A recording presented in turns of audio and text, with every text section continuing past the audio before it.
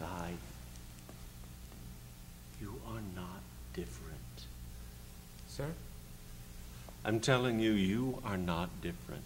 I know you think you are, but you're no different than hundreds, no, thousands of other young men in the American Expeditionary Force.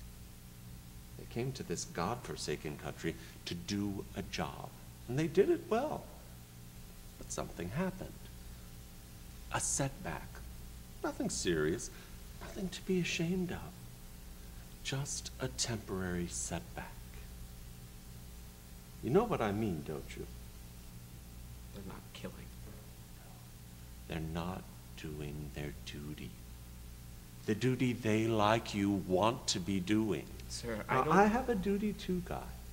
It's to help you do yours. Captain, with all due respect, I don't think you can. Lieutenant, I know I can. Because I know dozens like you. And I've helped all of them. Now, we understand each other? Yes? Good. I hear your mother's a Quaker? She's a friend. I thought most members of the Society of Friends didn't mind being called Quakers nowadays. Ma's different. She's always minded. I suppose she also minded your going to war. Yes. She did, but I thought I had to go. Then you don't consider yourself a friend? Pa's pastor, the Mount Pleasant Baptist Church. So you're a Baptist. You wanted to fight. I volunteered. How did your mother take your volunteering? It hurt her. Bad. But not near as bad as it hurt. Yes. Hurt whom? Me? Not right away, of course. When?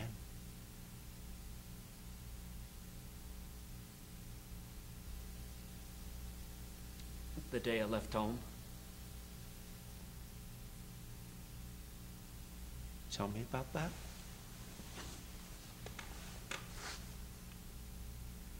I remember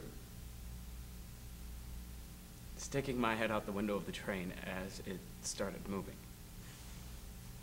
I watched Ma standing there on the platform. And you know how people look like they get smaller the farther away from them you get? Of course. It's a common optical illusion. Yeah. An optical illusion. So, even though it looked like it, I knew Ma wasn't getting smaller. It was me. I was getting smaller. And smaller with every single mile. I kept thinking about how I'd been getting bigger all my life. I remembered Ma telling me about how I'd grown inside of her. And here I was, a grown man, dwindling down past baby size to not even a pinprick. We've all felt that way at one time or another. It wasn't just a feeling. Of course it was. No, I really was getting smaller. What about the rest of the train? Surely. You don't understand. It wasn't my body. It was me. My soul. I'm telling you, it was only a feeling. And I'm telling you it wasn't! But it turned into one. It turned into a feeling like my body was empty and light. Light as a balloon full of stale air. By the time I reached France, it was like my feet were hardly touching the ground. The first time a shell exploded near me, it was like I was a flea bouncing around on the back of a bucking horse. I wanted to take off my boots and grab the earth with my toes. I wanted to dig my fingers in the dirt like they were hooks. But you got over this feeling. Yes. When? The first time I bayoneted a man. It was like the dead weight of him hanging on my bayonet dragged me back down to earth. From then on, it was like I carried him around on my shoulders till I could actually raise dust with my feet.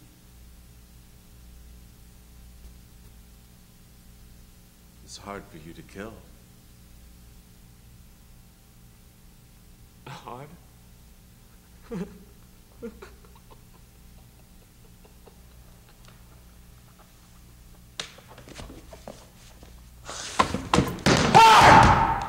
Oh, you stupid, ignorant!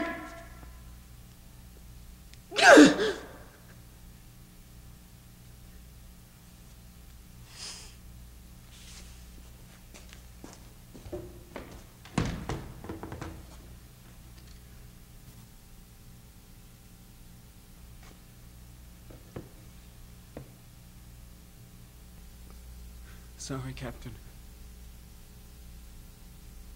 No, it wasn't hard. Are you certain, Guy? Are you quite certain? Knowing the way your mother felt, are you sure you didn't find it difficult? Any man, even without your background, would find it difficult. Doctor, have you ever killed a man? Of course not. Then how can you know it's difficult? How in the world can you know it's not easy as hell? Easy as being damned in hell.